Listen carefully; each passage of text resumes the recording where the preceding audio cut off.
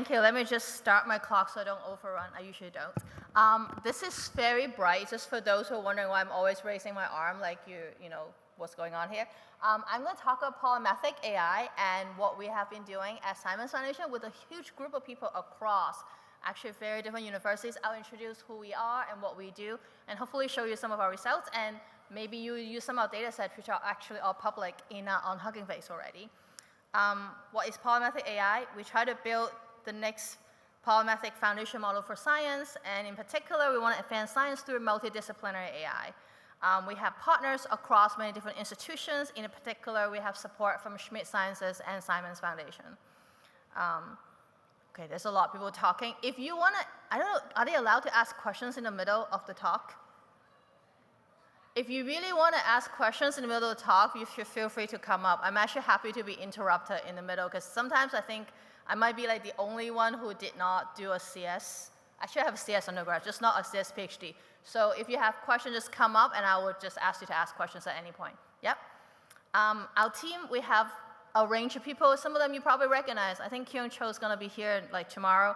Alberto Bietti, Kyung Cho, Miles Kramer, Pael, who's a postdoc of Miles, CF Ash Skokar is research scientist at NYU, Rudy Morel, who's a postdoc at Simons Foundation, myself, Jerome, who's our like in-house engineer who actually deals with all this compute, Francois Lanous, who is an astrophysicist but really does a lot of machine learning, who's currently in CNRS, Tom Hahir is a student at University of Cambridge, Mike McCabe, who's a research scientist at NYU, Jeff Shan, my student at Princeton, Lehman Parker, who is a Berkeley graduate student, Mario Patel, who is now faculty at University of Madison, Wisconsin, Bruno, who actually just moved back to France, but he was a postdoc at Simons Foundation, and Irina, who's currently a postdoc at NYU. And we also have other interns, collaborators, and friends. We have a lot of interns and also faculties across different universities working with us, and many more. And I'll show you some of the work very soon. We have a scientific advisory group that actually ranges from scientists all the way to business people. So you can recognize some of the names, and you can probably guess why we want to put these people together given what we are trying to do next. So how do we build a generalist AI model for science? Here is like what we asked ourselves literally 2-3 years ago. You're like, scientists work really slowly. You should be in a cadence of 6 months, because if that's how you submit papers. But if you want to build something fairly big and actually works for science, it takes a little bit longer.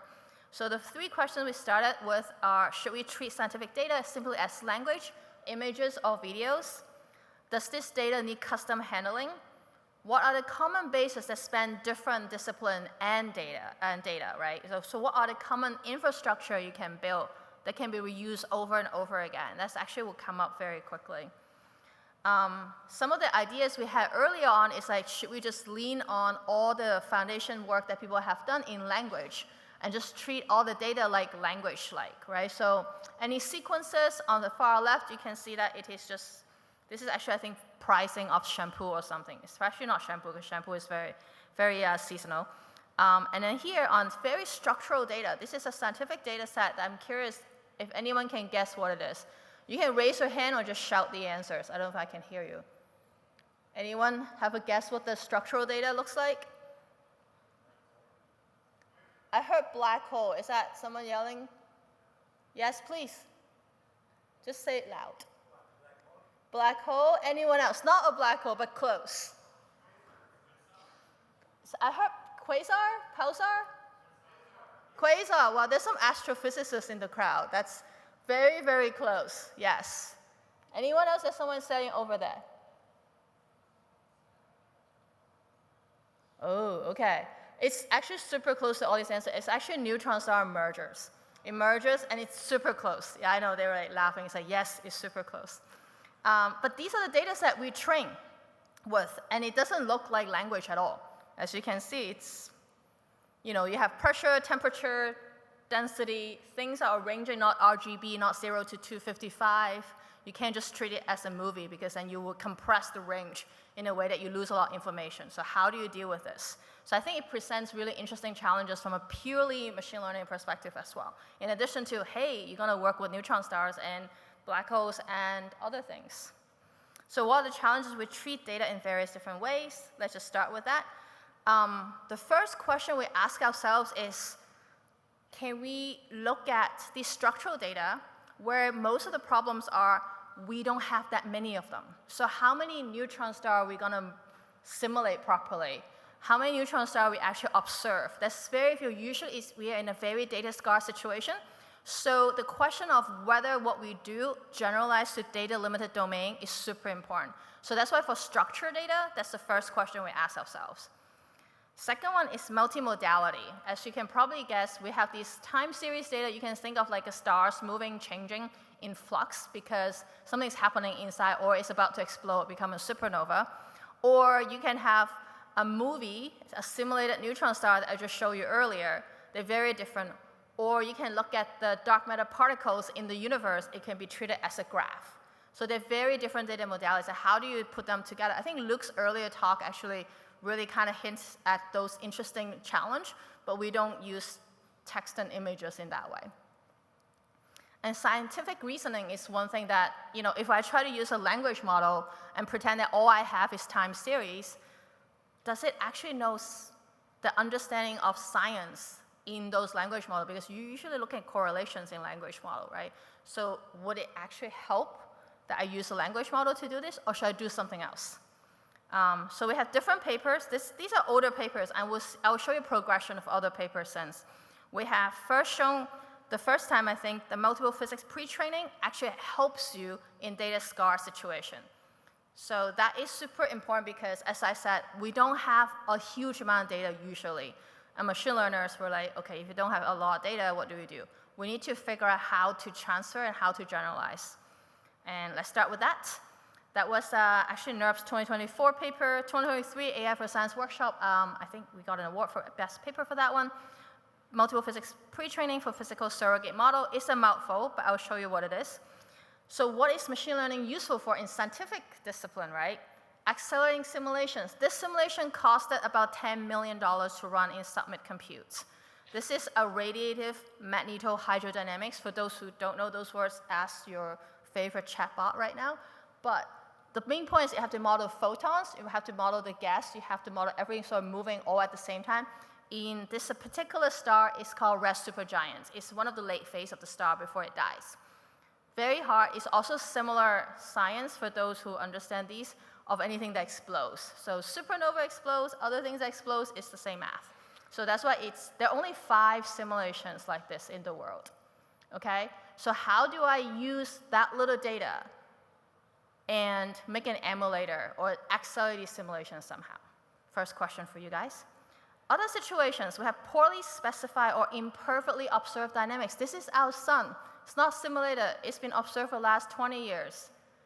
Can you predict the next image of the sun, like the movie rolling out, right? We have many movie models right now, actually, many video generation models. Can you roll out the next step? Can you predict whether tomorrow there's a solar flare? And what type of solar flares would it have? This is actually NOAA before it probably is not funded anymore. Sorry, I would not try to bring politics. Here, can you predict the flare? You see these flares coming out, these loops, right, that's showing up? This is observed right now, and you can actually predict for tomorrow, and you can look at the sun that's being observed right now by the satellite. It's getting download all the data. You can compare it immediately. But it's hard. And this is where I think machine learning might have a chance, and we don't have a physical theory about how the sun actually works super well. Other things that are very complicated, the theory and the simulations are not complete, both in partial small reactor core, in like nuclear reaction that actually generate the electricity, and also in things like fusion. So these are things that are very hard to simulate, and how to cool it, and exactly those simulations are really similar in very, very small scale. And then you have to make a very large scale that you have interesting observation on the very large scales, but you have to constrain a system that you have not all the basically scales understood. So how do we do that? Another situation, GPUs. Apparently GPUs got really hot these days. These are actual real-time movie of the heat signature of the GPUs. Can you simulate and accelerate it? And that will actually make cooling of GPUs much better if you can do this better. And that will actually save the planet too if you can make our GPU data centers a lot less hot automatically without doing a lot more air conditioning or liquid cool. So how do we do that? The rate of change is super high. So all these settings are data is inherently limited. This is limited because people don't want to release the data, by the way. I'm sure they have more data, but they're all in-house and they don't show you. Here, the simulations are very expensive to make.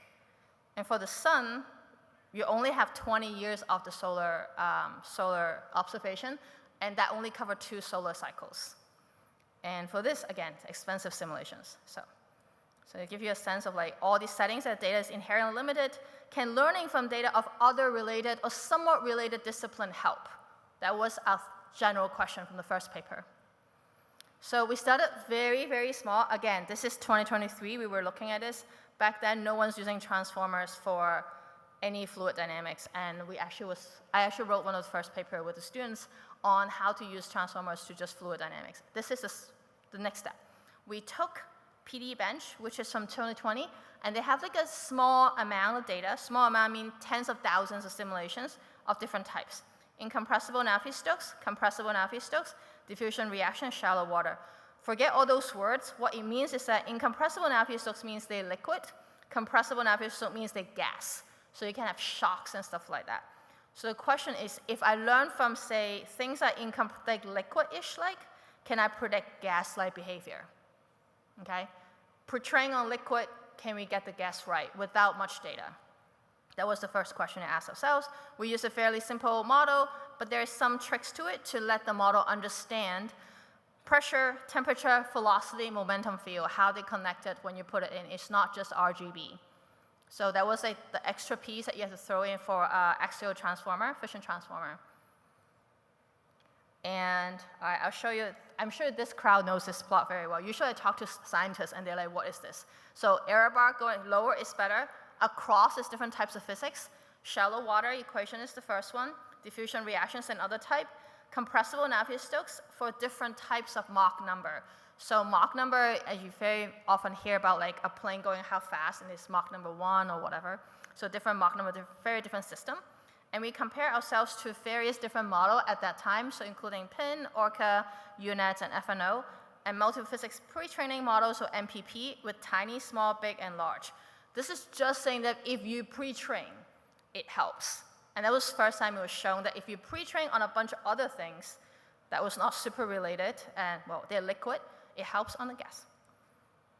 And does pre-training accelerate learning of new physics? So this is the part that we take training of incompressible fluid only, and try to see whether we can go nearby, which is subsonic gas, which is highly diffusive. Think of it as gas that's not so far from liquid, and then supersonic gas that's far away from the training set. And so we start with that, and then not including these other guys in the training data and see what happens. So hopefully, this is showing the ground truth in the bottom and the prediction on the top, velocity, x direction, y direction, density, and pressure on the columns across. You will see that the ground truth stopped rolling out after a while because it's expensive to run, so we only have those many steps that we have not been tested on. The prediction keeps rolling forward, and you can see qualitatively reasonable behavior. And you're like, okay, we can do again. Hopefully you agree with me, you're like, okay, that looks okay. This is actual plots.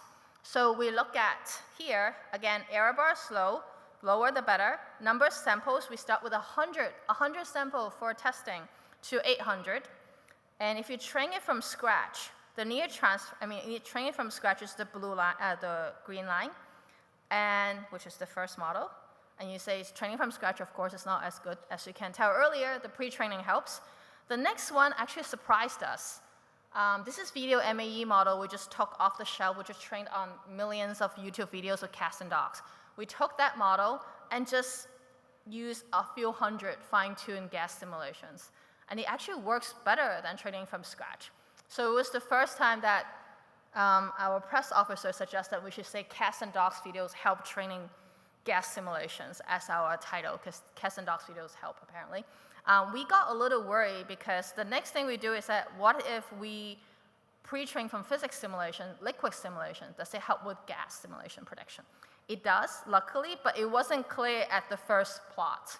We were like, it's very close, it could just be not holding up. Anyone suggesting why cats and dogs videos help with physics? Any suggestions? Just yell answers. I can't see where you are. Louder. They're like, no, I'm too shy. No? I mean, we actually don't know the answer. Please, Scott.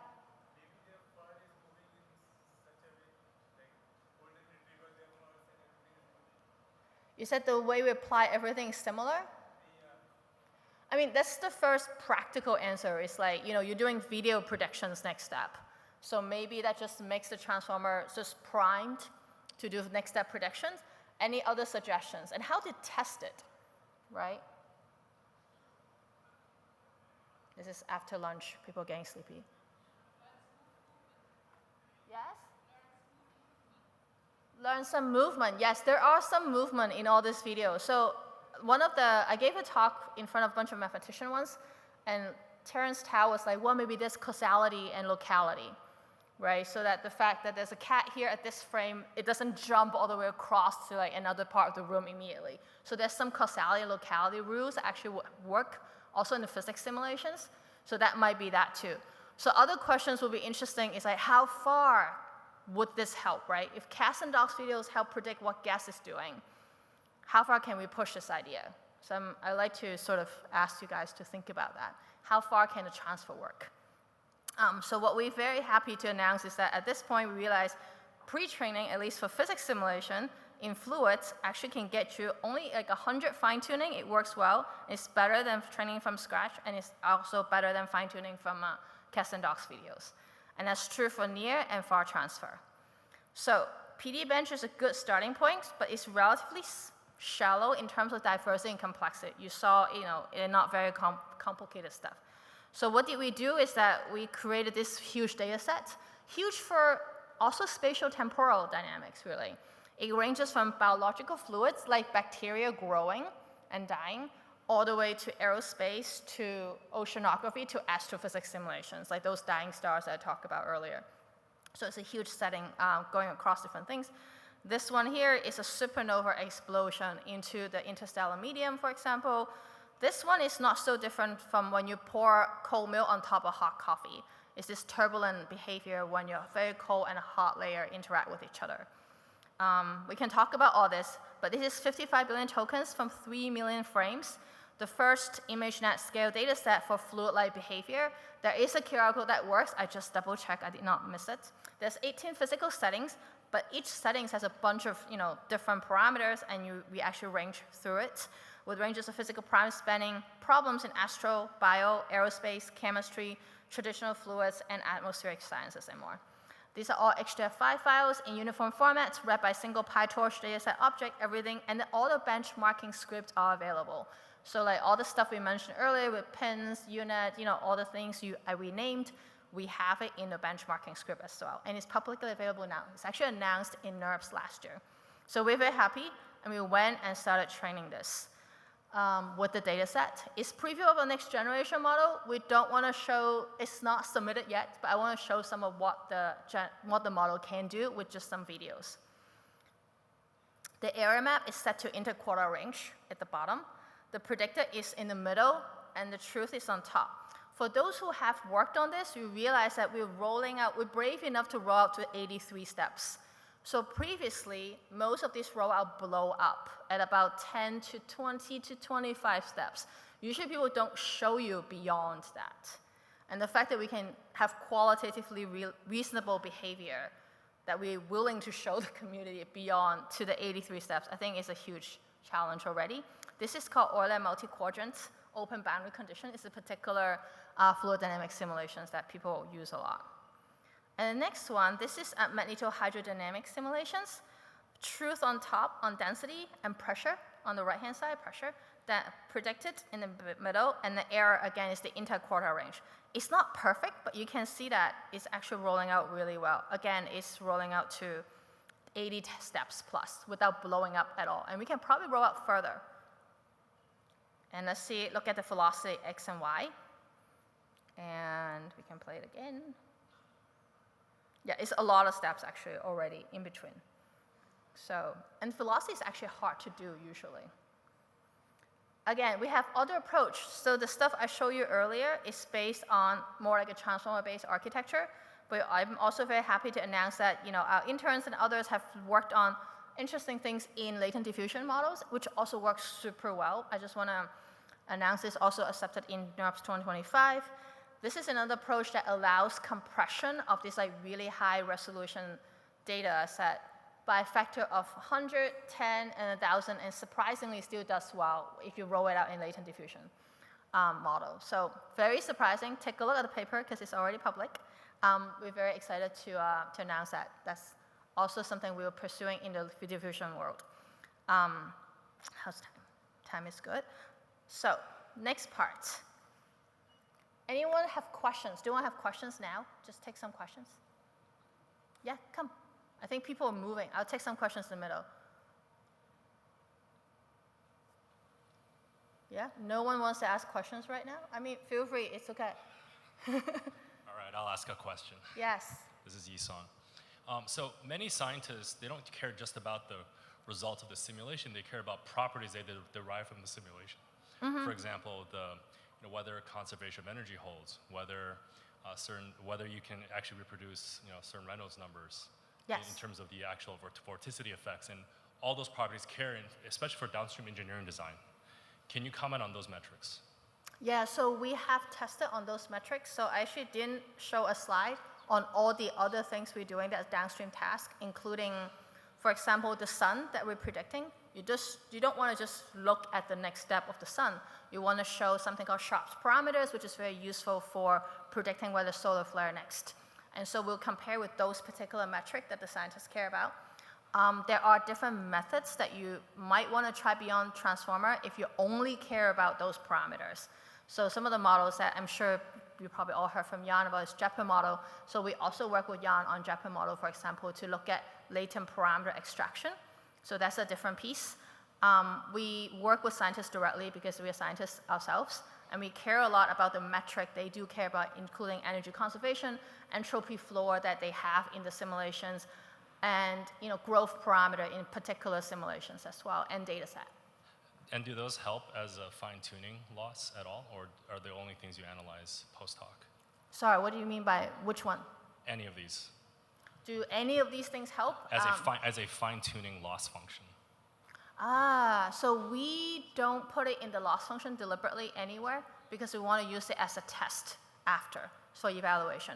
So this is something we used to put in a lot of these things in the model itself, and I think you have to do it very carefully. If you do it this way, you need to make sure that you're not overly constraining it, because you need to allow some error for the model to auto-correct itself. So we realized that putting in very strong constraint in physics constraint might not help in the model directly. Yeah, I think you just need to give it some room. Yes, more questions? Go ahead. Hi. Hi. This is a slightly broader question in the space of AI for science. So part of doing science is conducting the right experiments and trying things, but also the other part of science is asking the right questions. And I'm curious, how far out do you see us from being at a point where AI is capable of asking the right questions, and as opposed to humans setting the goals that AI then tries to solve? Yeah, so there are multiple other efforts. People are using foundation models in language to look at all the literature to create new questions. We actually do use it using other people's models, actually.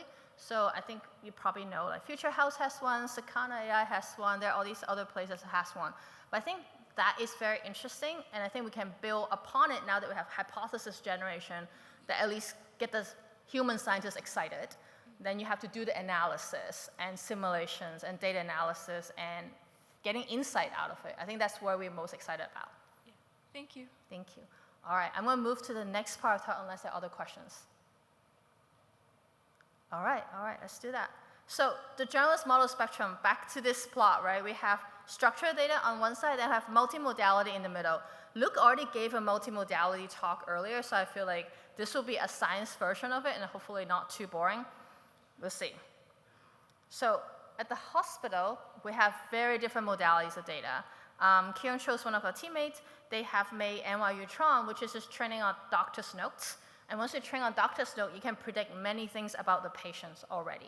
So these are AI in action. Currently, NYU Langone Hospital roll out an AI model that they develop to predict whether you might come back to the hospital X number of days, whether you might die in X number of days, and whether you have no insurance. It is very American for that piece.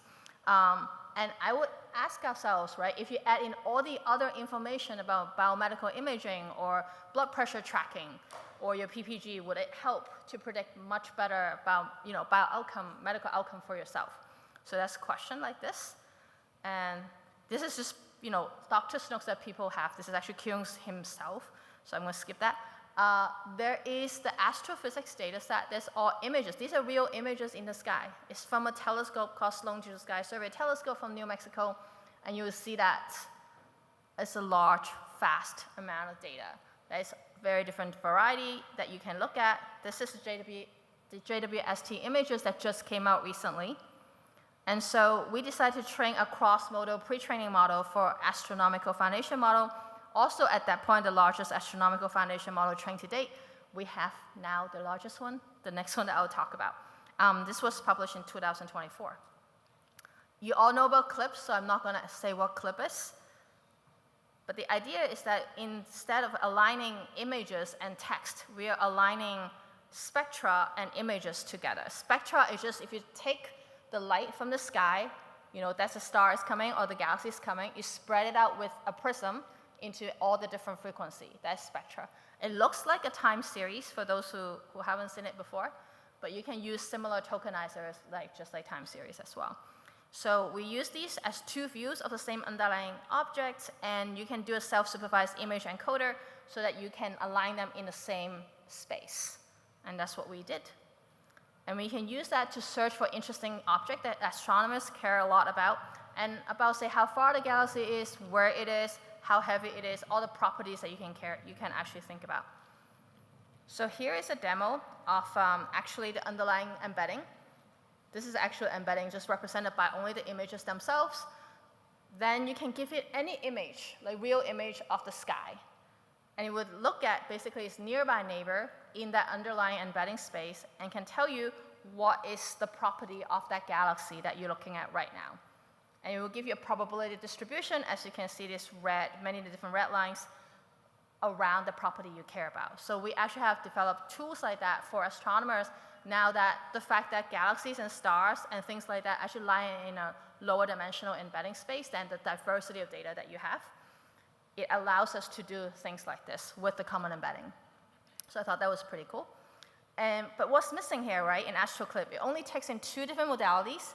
It utilizes contrastive objectives, which means you're actually missing all the not, all the or answer. You're only getting the and stuff, right? And it deals with only one single physical phenomena, in this case, think galaxies only. So what can be different? We wanted to deal with arbitrary number of modalities, different physical phenomena, and trains with non-contrastive objects allow us to learn the joint and all conditional distributions of all pairs of modalities, which is very similar, I think, in a lot just from Luke's talk earlier. So preview of our next generation model, which is actually just accepted to NERPS. We're very happy. This is the team. We call it AON1, because there's the next version. Astronomical Omnimodal Network. The team is very nice and across many different types of people and students, postdoc, faculties. In one glance, it's an encoder-decoder model. It has the data and the tokenization. It's actually integrated. When we say 39 different modalities, it's really talking about 39 different, different types of data at some level, because you have space-based telescope, you have ground-based telescope at different frequencies, different resolutions, and then you have different types of data, whether it's an images, whether it's a spectrum, whether it's a time series, and whether it's a segmentation map. They're just all different types of data. And then you have the AI models, as I said, it's encoder-decoder model, and it has the embedding in the middle, where you can extract this embedding, which is super useful, and just add on like a simple linear head attention pooling or something very simple. And now you can do many things, including regression of physical parameters that Yisong earlier asked about. You can segment the galaxy that people actually do it by hand right now, or you can retrieve strong gravitational lensing, which are when a huge mass passes in front of some bright object in the background. This is strong gravitational lensing. This is currently done by eye otherwise, usually. So we actually can do this without poor astronomy students or astrophysicists looking at it. The data pile in AON here spans across all the different telescopes you can think of. This includes Legacy Survey, GAIA is a space telescope, SDS is a ground-based telescope, DESI, which is a spectroscopic telescope, which means it looks at spectra mostly, and then Hyper Supremcam, which is in Hawaii, is a telescope mostly led by the Japanese. For each modality category, we build dedicated tokenizers that can convert any data to discrete tokens. I think the hard part here is to create a way so that the model behaves really well with the right balancing of data across, and also how would you do it efficiently. We integrate all 39 different modalities with different instruments, different measurements across, and some of the stuff we actually borrow from our own model from multiphysics pre-training. How do you embed field embedding strategy that's developed earlier, how to tell the model that this is particular property that you need to worry about and how it connects to other properties as well. So given the standardized and cross-matched data set, now we can feed it to a large transformer encoder-decoder. It's flexible to any combination of data, and it's trained by cross-modal generative mass modeling, and thus giving you a joint and all conditional distribution of provided modalities. So what does that really mean? Out-of-box capabilities, you've got a ground-based telescope that looks somewhat okay resolution, right? But it looks at the whole sky. Now can you use AI to super resolve it to make it look like it's observed by a much better telescope with no artifacts. So it's survey translation from one survey to another.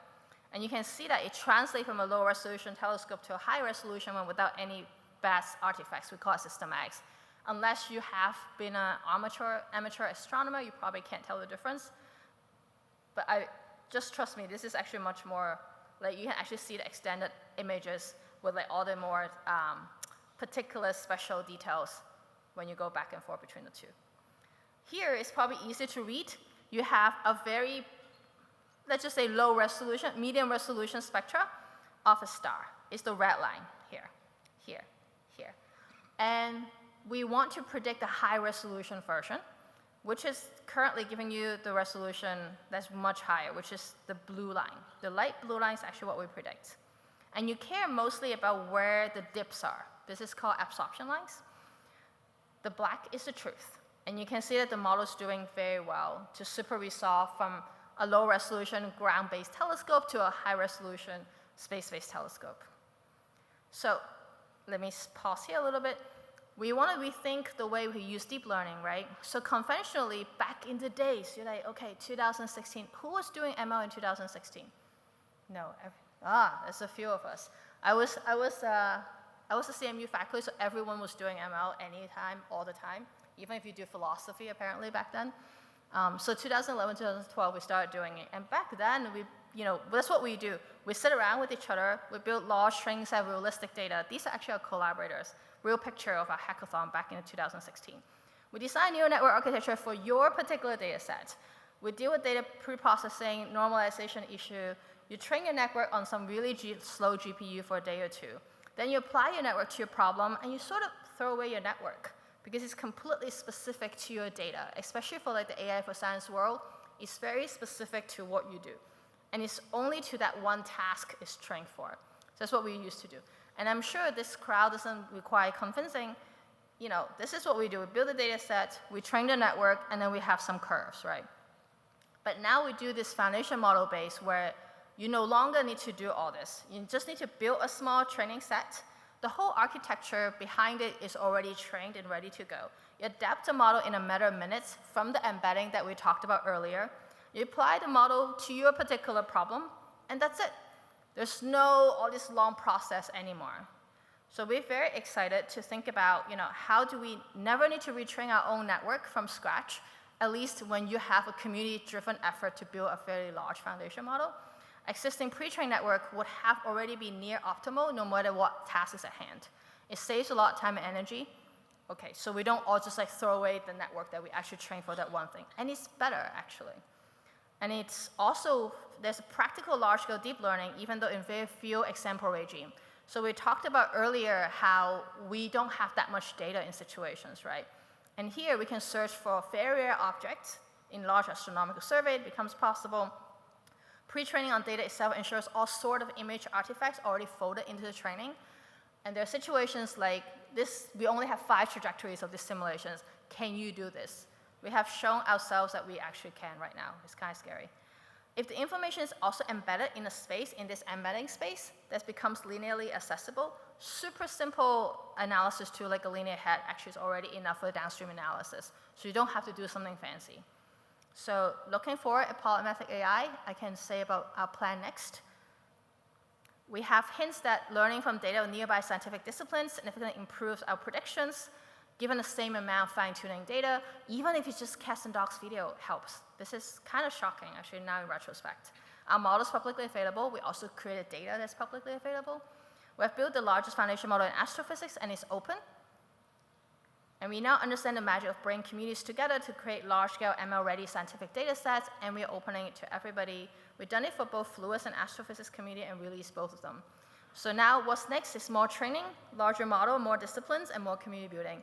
And we want to just mention that we're hiring interns, postdocs, and research engineers and scientists. Check out GitHub, follow our blog, whatever that you prefer, and here's our QR code. Thank you so much. I'll take questions from here.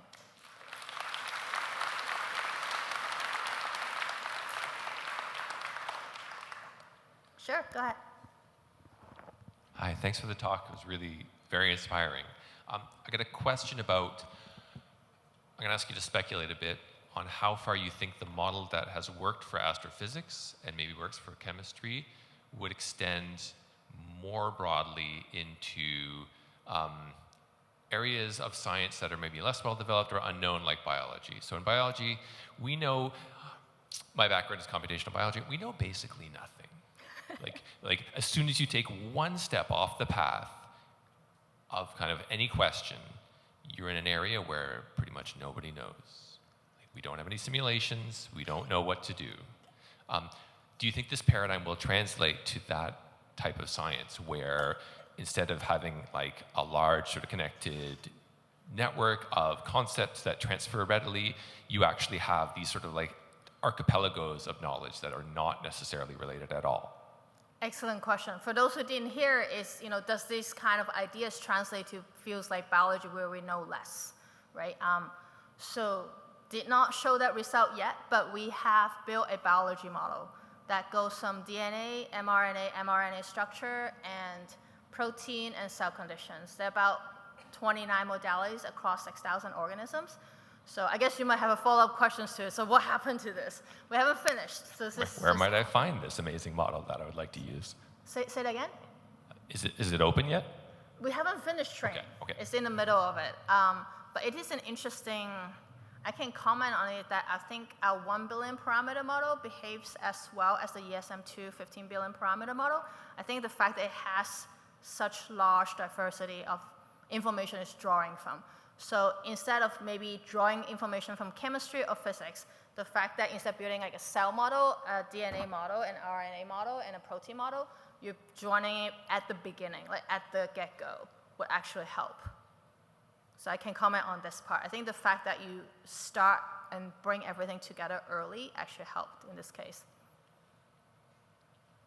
Yeah. And I think one more point about the biology model, it is taking the same infrastructure as our astronomy model. The crazy piece is like you take the astro model that we developed and we put it into the biology world and it works okay. We're still doing downstream analysis, so I wouldn't say it too far. Next question. It's very interesting to talk. Thank you for the talk. And I have a question from the AN1 model. You mentioned how 39 different kind of data can be put into the encoder and actually look like they have a very bespoke kind of tokenization for each of the data. And can you comment on how unify the learning across different kind of data source? How do you expect the data should be normalized? So because that, I was actually thinking about the same thing along the previous question. If we opens up for the further extended to other science, how the data should be look like? Yeah, very, very good question. So I think for the tokenization and particularly for each modalities, how you normalize, how you tokenize, That will be very specific to, you need to work with domain experts to make sure you don't mess up. We work with biologists when you do a biology model, work with astronomy, we do an astronomy model. So I wouldn't just use exactly the same tokenization scheme. However, some of the things do transfer. We're working on a project right now that takes in this Aeon 2 model that's under development where we do have a lot time series where stars changes in brightness, right? We have loads of these data, but you can use the same tokenizer, actually even the same model, to help predicting health data in time series as well. So that's something we actually started working on with my student at Princeton, actually.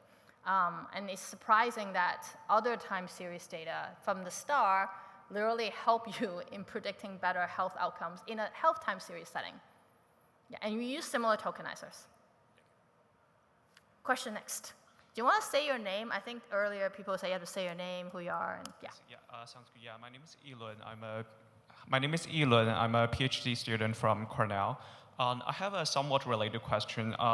So I can imagine that when developing these foundational models for scientific research, there are different areas one can make contributions to. For example, developing new architecture, designing new training objectives, and also data processing and how to present the data to the model, such as like designing new tokenizers. And I'm curious, currently, do like one of these areas receive more attention than the rest? And in the future, in general, like which types of contribution do you think requires more effort or require more people to work on?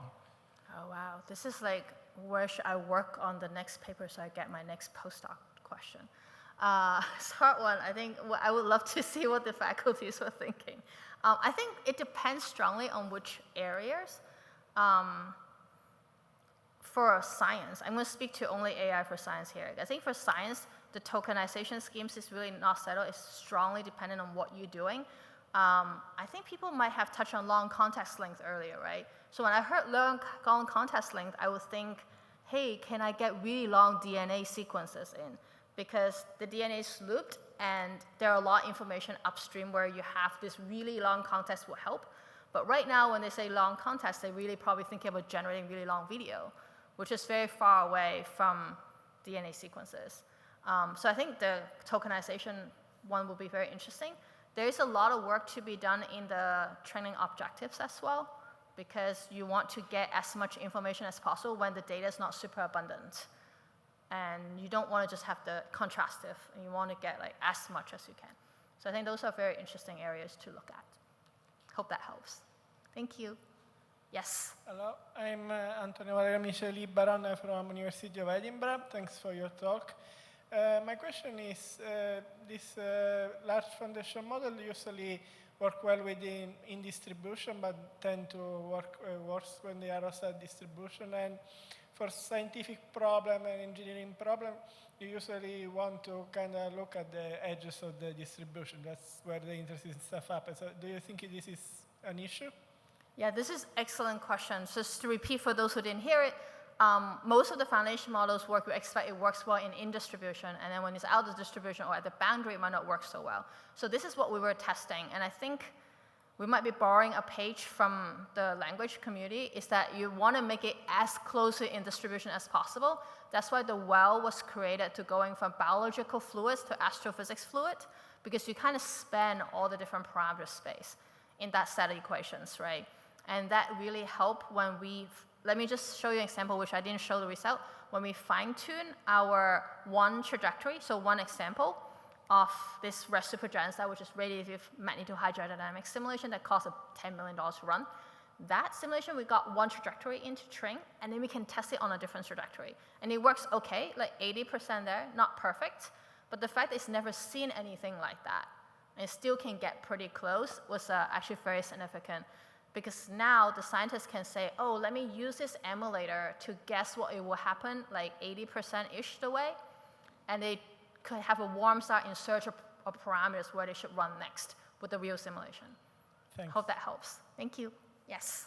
Hi, Shirley. Great talk. Hi. Thank you. Noah Smith from the University of Washington and the Allen Institute for AI. So scientists don't just look at data, they also read papers. And you kind of alluded to this a little bit, but what I was thinking was that what I really want alongside all the great data sets you're releasing and the pre-trained encoders that you're releasing is some kind of paired data that links textual descriptions of some kind or gives some textual context to the images and the other kinds of data that you have. What's the prospect for that? When will you be releasing something like that so we can build multimodal models that include language? So, I mean, I think Allen Institute has done a lot of related work. I would just give a shout out to what you guys have done in terms of, I think, the text side of science. I think it's very important. We have used text specifically for the biology model, where you describe the cell conditions. For example, if someone is pregnant or have cancer or have gone through certain surgery, apparently the effects upstream will happen, if you change the DNA, how would it express the protein in what level? So that is something that I did not appreciate it before, and then realizing we have to bring in a text piece coming into the scientific foundation models.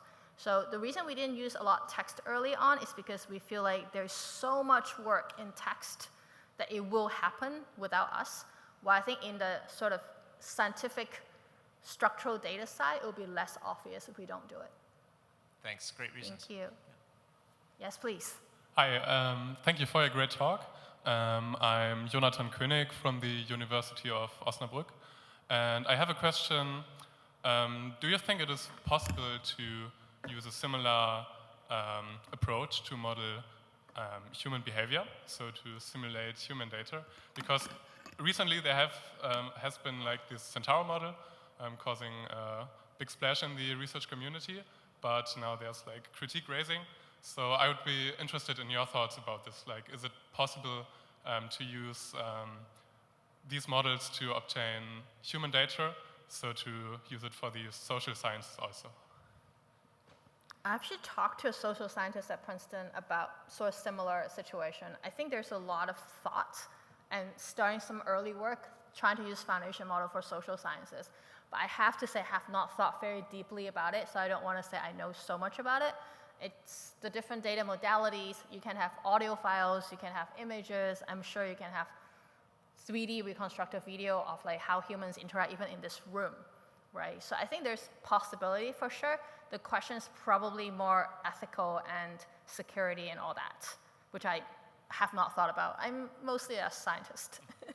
Thank you. Okay, thank you very much. Yes, please. Hi, Cowan from UChicago. Is there a concern that even though these models have a lot of great predictive power, the internal representation of the world they're building is perhaps not fully consistent with what we know? Is that something that motivates the need for like a mechanistic understanding of the model? Or do you think that because our evals are so strong and there's so much transfer across fields that this is not too much of a concern? So there's multiple great questions I want to answer there. So the first one is, I think it is building a world model based on scientific data. So instead of looking at, I think LLM is great, it's trained on human-generated text, and now some more images and videos, but it's not really grounded in physical reality, which I think the scientific data is helping. So we are trained, grounded in physical reality, right, in this case. And you can put it in either data or simulation data. So I think that part, we have a good chance of building a world model that's at least physically correct. The equations might be wrong, and then you get the wrong simulations, but then you can ground it with physics observations, right? Or astrophysics observations, or biological descriptions of what the cell is doing. However, the next question is whether you should do mechanistic interpretability, which actually our team is working on. We have a paper accepted in the mechanistic interpretability workshop at NERPS coming up in 2025. And it is looking at how do you, like, what is the model doing? And this is actually related to the talk earlier, I think SAE concept factor. We have done the same thing for concept factor, and using that to figure out what the model is doing at the last layer of the, when you basically fine tune at the end, actually inference at the end, and what are the differences between two different types of simulations when you roll out forward.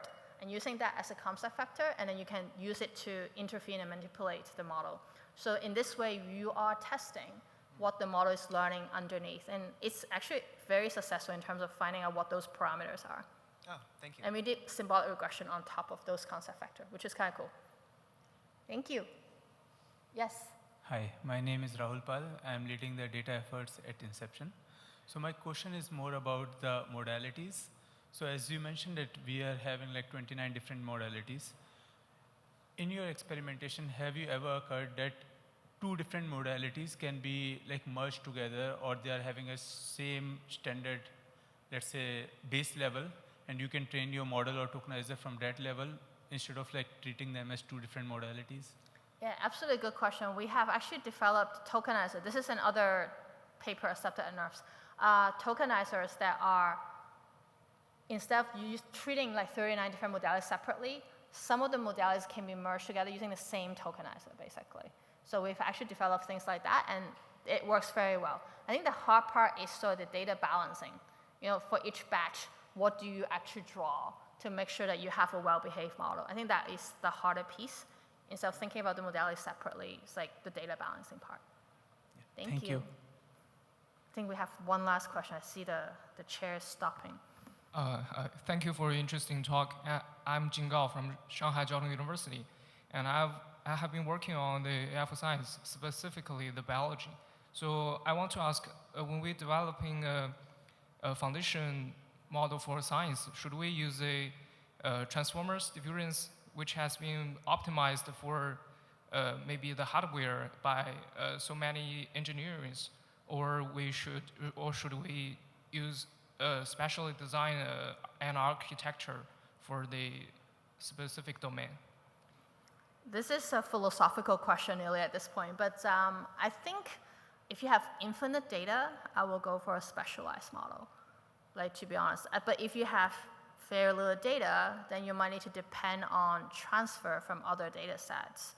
That's when I would start thinking about a foundation model. Or in situations like in astronomy where it's really hard to build such a, let's just say for a specialized model to work, you want to be in the same telescope, in the same setting, and having a diversity of data actually help remove artifacts, the systematics. So I guess it's similar case in biology where if you only observe with the same instrument, but if that instrument is faulty, then you're basically screwed. So you want to have a diversified, input this way. That's when I would think about the foundation model. Okay, thank you. Thank you. Let's thank Dr. Shirley Ho one more time. Thank you. Thank you very much. You guys are great.